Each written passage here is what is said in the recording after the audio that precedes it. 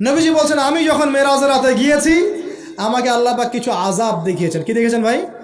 আমরা দোয়া করি আল্লাহ পাক এই আযাবগুলো থেকে আমাদেরকে বাঁচান, এবং যে পাপের কারণে এই আযাব হয় সে পাপ থেকে আমাদেরকে বাঁচান। বলেন আমিন। আর একটা কথা বলে রাখি, যেহেতু নবীকে এই আযাবগুলো দেখানো হয়েছে, অন্য কোনো নবীকে কিন্তু দেখানো হয় নাই। কাকে দেখানো হয়েছে? আমাদের নবীকে। তার মানে এই পাপগুলো এবং এই আযাব আমাদের উম্মতের মধ্যেই বেশি থাকবে। বুঝতে পারছেন না মনে হয়? এই আযাব এবং পাপগুলো কি অন্য কোনো নবীকে দেখানো হয়েছে? আমাদের নবীকে দেখানোর কারণ কি? কারণ আপনার উম্মতের মধ্যে এই পাপগুলো ছড়াবে বেশি, এবং আপনার উম্মতের একটা অংশ এই আযাবগুলো ভোগ করবে। কি আযাব? নবীজি যাচ্ছেন, দেখছেন, যুবকরা শুনো ভালো করে, নবীজি দেখছেন একটা চুলা। কি ভাই?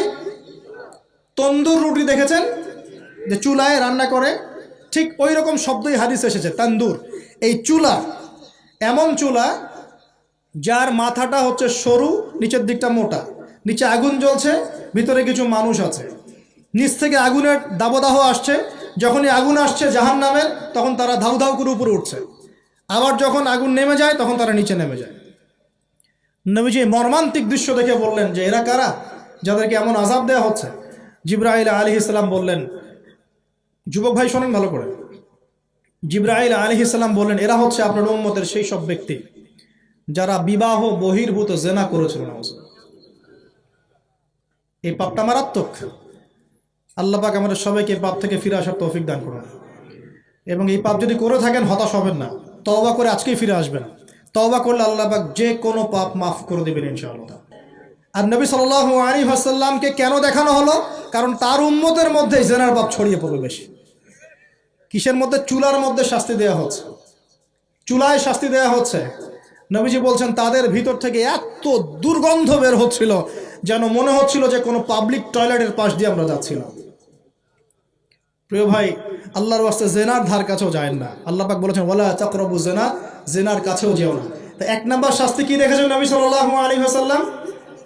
কিসের শাস্তি? তন্দুর চুলার মধ্যে আগুনের শাস্তি। কিসের পাপের কারণে? বলেন, জেনা। এই উম্মতে মুহাম্মাদের মধ্যে জেনা ছড়িয়ে পড়েছে কিনা? এখন আমরা কি এই স্রোতে গা ভাসাবো না দূরে থাকবো? আমরা হালাল উপার্জনের সোর্স তৈরি করব, করে হালাল বিয়ে করবো ইনশাআল্লাহ। হালাল উপার্জনের মাধ্যম তৈরি করবেন, করে বিয়ে করবেন ইনশাআল্লাহ। বিয়ের আগে কোনো পীড়িত নাই, সব পীড়িত বিয়ের পর ইনশাআল্লাহ পারা যাবে ইনশাআল্লাহ। আর সব আগে ভাগে খেয়ে শেষ করে ফেললে পরে খাবেন কি? তাই না বিষয়টা? আচ্ছা, এবার সামনে যাই। নবী সাল্লাল্লাহু আলাইহি ওয়াসাল্লাম সামনে গেলেন, গিয়ে দেখলেন, এবার দেখলেন কিছু মানুষ বসে আছে, সামনে আছে টাটকা তরতাজা গোশত, একদম ধোঁয়া উঠতেছে, একদম মনে করেন ওই কালা ভুনার মতো। আর পাশে রাখা আছে পচা নোংরা আবর্জনাময় গোশত। এই মানুষগুলো ভালো গোশত খাচ্ছে না, এই মানুষগুলো পচা গোশতগুলোই খাচ্ছে, দুর্গন্ধযুক্ত। নবীজি বললেন এরা কারা? নবী সাল্লাল্লাহু আলাইহি ওয়াসাল্লামকে বলা হচ্ছে এরা আপনার উম্মতের সেই সব ব্যক্তি যারা বিবাহিত, ভালো করে শোনেন, এরা আপনার উম্মতের সেই সব ব্যক্তি যারা বিবাহ বহির্ভূত সম্পর্ক করেছে। মানে বিয়ে করার পরেও, বাসায় স্ত্রী থাকার পরেও বাইরে জেনা করেছে, বাসায় স্বামী থাকার পরেও বাইরে জেনা করেছে। এখন আমাকে বলেন তো, উম্মতে মুহাম্মাদের মধ্যে সমকালীন সময় এই ফিতনাটা ছড়িয়ে পড়ে নাই? পরকীয়া ছড়িয়ে পড়ে নাই? এটা হলো পরকীয়ার স্পেশাল শাস্তি। কারণ পবিত্র হালাল ফ্রেশ জিনিস ওদের ঘরে ছিল, খাইতে ভালো লাগে না, ওদের ওই নোংরা পচা জিনিস খেতে ভালো লেগেছে। আল্লাহ পাক কিয়ামতের মাঠেও ওই, এবং বারজাখের জীবনেও ওই একই শাস্তি দিবেন ইনশাআল্লাহ। আর এখন তো মিডিয়ার মধ্য দিয়ে এই যে বিভিন্ন সিরিয়ালস, নাটক, হাবি জাবি, এগুলোর মধ্য দিয়ে এটাকে উস্কে দেওয়া হচ্ছে, এটাকে অ্যাভেলেবেল করে ফেলা হয়েছে। আর যারা বড় বড় শহরে থাকে এগুলো তো ফিতনা আরও বেশি। আল্লাহ পাক আমাদের মা বোনদেরকে বোঝার তৌফিক দান করুন, আর আমাদের ভাইদেরকেও বোঝার তৌফিক দান করুন।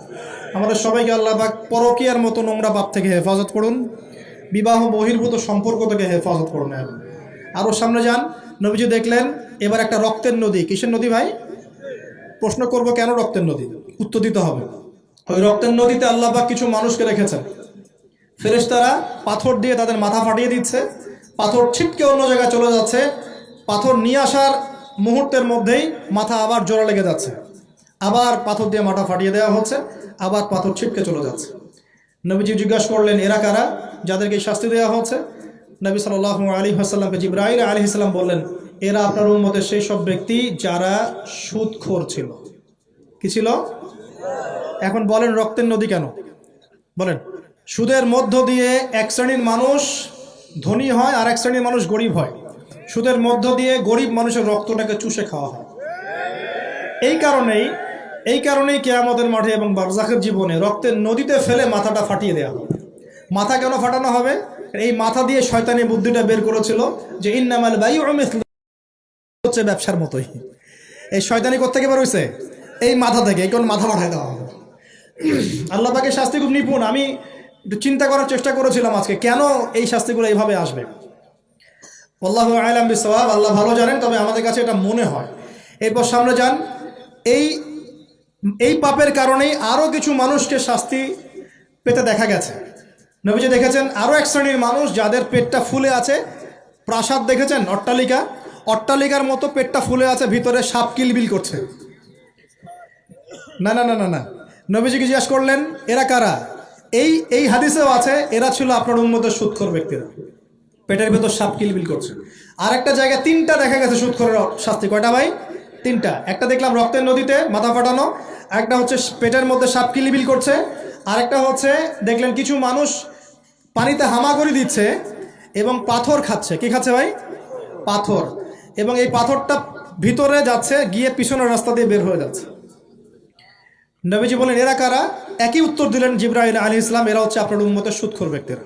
সুদের এই তিনটা শাস্তি স্পেশাল দেখা গেছে। কেন আল্লাহ ভালো জানেন, আমরা সব ব্যাখ্যা করতে পারবো না। নবীজি আরও সামনে এগিয়ে গেলেন, তাকে দেখানো হলো এবার এক শ্রেণীর ব্যক্তি, হাতগুলো নখগুলো তামার মতো লম্বা, তামার নখ, লম্বা লম্বা নখ। দেখেছেন? কোনো মুভির মধ্যে দেখা গেছে, ছবির মধ্যে তামার লম্বা লম্বা। হ্যাঁ, তো এই নখগুলো দিয়ে তারা চোখ এবং গাল আঁচড়াচ্ছে, কোনো ক্ষেত্রে বুক আঁচড়াচ্ছে এবং ওই গোশতগুলো খাচ্ছে। নবী জিজ্ঞাসা করলেন এরা কারা? নবীজিকে বলা হচ্ছে এরা আপনার উম্মতের সেই সব ব্যক্তি যারা বেশি বেশি গীবত করত এবং অন্যের নামে মিথ্যা অপবাদ ছড়াতো। আর সতর্ক করে দেই, এই পাপটা কিন্তু এখন ছেলে মেয়ে সব সমাজে বেশি হয়। কি আলেম জালেম সব সমাজে বেশি হয়। কোনো ক্ষেত্রে ওয়াজ মাহফিলের প্যান্ডেলগুলোর মধ্যে বসে বসে মানুষের গীবত করা হয়েছে। এবং অনলাইনের ফেসবুক আর ইউটিউবের যে কন্টেন্টের যুগগুলো চলছে, এখানে কারণ থাক না থাক মানুষের গীবত তহমত প্রচুর হচ্ছে। কোনো কারণে হোক অকারণে হোক, সতর্ক হয়ে যাবেন। আপনার দ্বারা আমার দ্বারা যদি কারো গীবত হয়, তামার নখ দিয়ে গাল আশ্রাতে হবে কিয়ামতের মাঠে। আল্লাহ বাঁচাক, আমাদের হেফাজত করুন।